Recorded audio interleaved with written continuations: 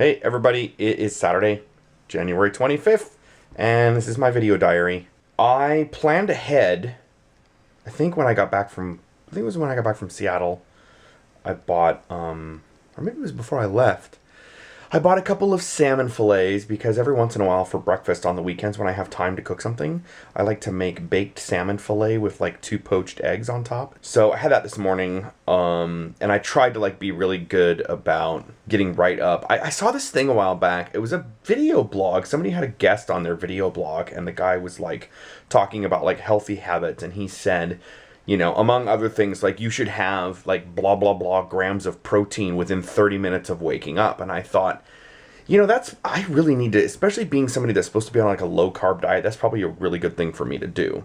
So I was like, I'm going to get up and, you know, I usually read a little bit on the internet and stuff. And I thought, well, while I'm still reading stuff on the internet, I'm going to like start breakfast. So I bet you I ate 45 minutes after I got up, which for a weekend is like a record for me.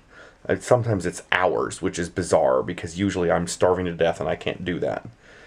But anyway, so then I just like did some stuff around the apartment and I got a bunch of stuff done. I edited video diary for the first part of Seattle, which is obviously up online already. And I got that all ready to go. And then I started working on a couple of blogging out videos, got the video imported and started organizing stuff and getting things thrown into the timeline and that kind of thing. But I also was trying to be really good about, I have this little app on my computer that I set for a certain amount of time so I don't sit at the computer too long. And so I was like setting it for like 45 minutes at a time, and then I would get up and like go do other things, go do stuff around the apartment. So I was like trying to clean up a little too and like unload the dishwasher and like load the dishwasher up and clean the kitchen. And then I would go back and sit down and edit for a little while and then get up again and go back out in the living room. And I'm actually still taking down the Christmas decorations.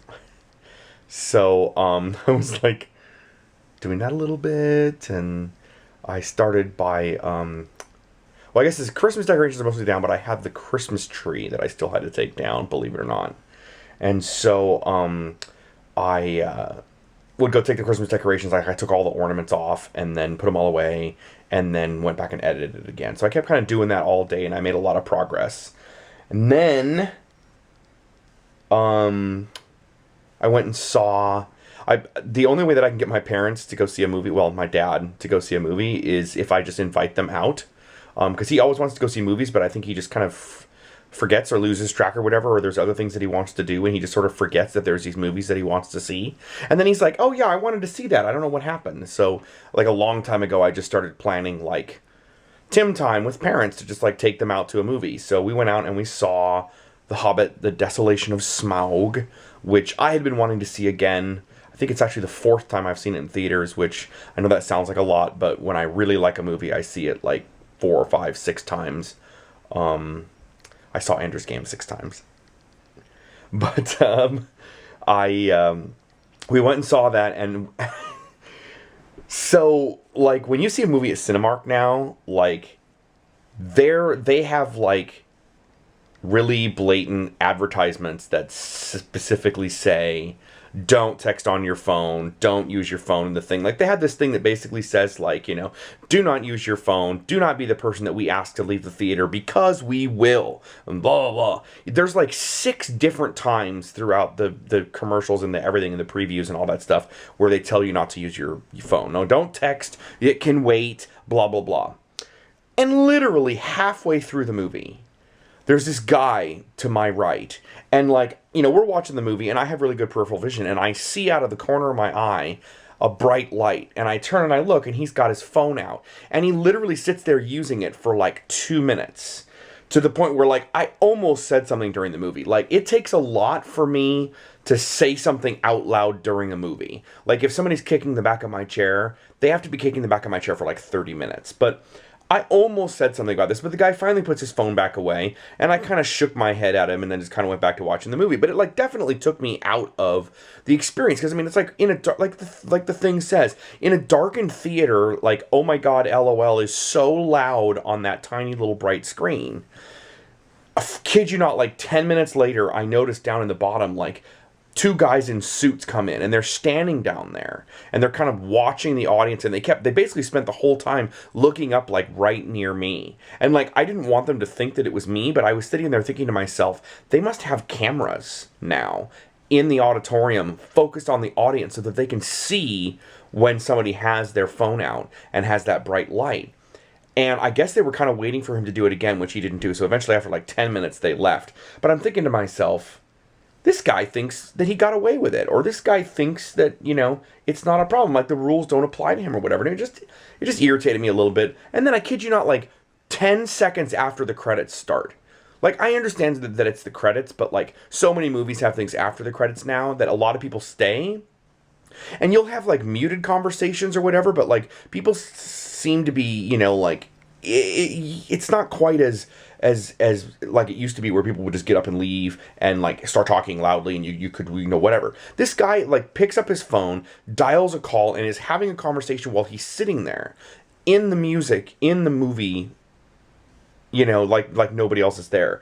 And like, then, like, I mean, and it is whatever. I mean, I was sort of irritated by it, but I was like, I wouldn't have been irritated normally, but because he had texted like during the movie for like 2 minutes, I was already pissed at the guy.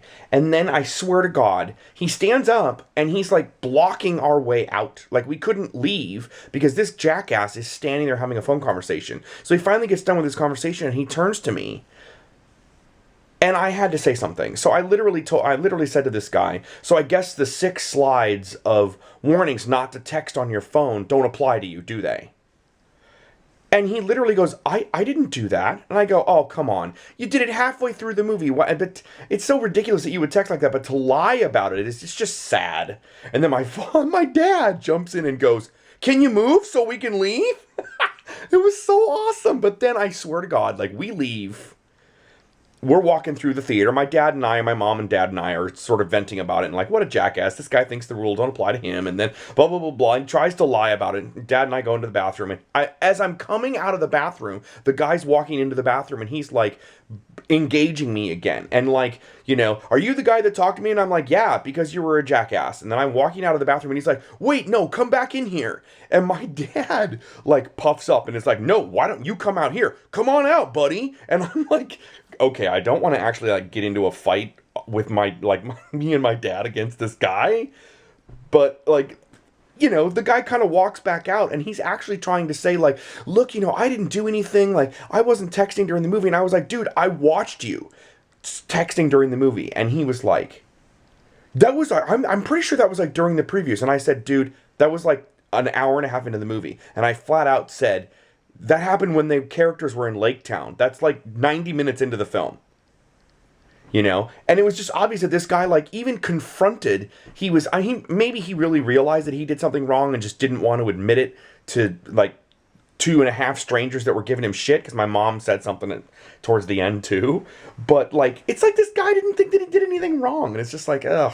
I'm really glad we spoke our piece and spoke up and said something so that this jackass doesn't think that he can get away with it all the time. But it was just irritating and frustrating, but also hilarious at the same time. And so then we got dinner. We went to Outback Steakhouse, and I swear to God, we had a waitress who was speaking with a fake accent. It was like, I was just like, she comes over and she's like, you know, speaking with like a British, I didn't even know what it was supposed to be, but I was like, she's like helping us. And then like she walked away and I just looked at my mom and I go, do you think that accent is real? And my mom goes, no. It was so like, come on. I don't even know. Like, if you're British or Australian, like, of all the places that you're going to get a job in America, are you really going to get a job at Outback Steakhouse that everybody's like, hey, Australia! Ah, that's a good accent! Hi, mate, what's that? Oh my God, it would be horrible. Like, who would do that? So, anyway, then, as if that wasn't enough, I went and I met Erickson after he got off work at Beer Deli for some beers and stuff, and I still had a gift card from my 40th birthday party that my friend Jeff got me that I hadn't used yet. So I went there, we had a couple of beers, and they were delicious and yummy and wonderful.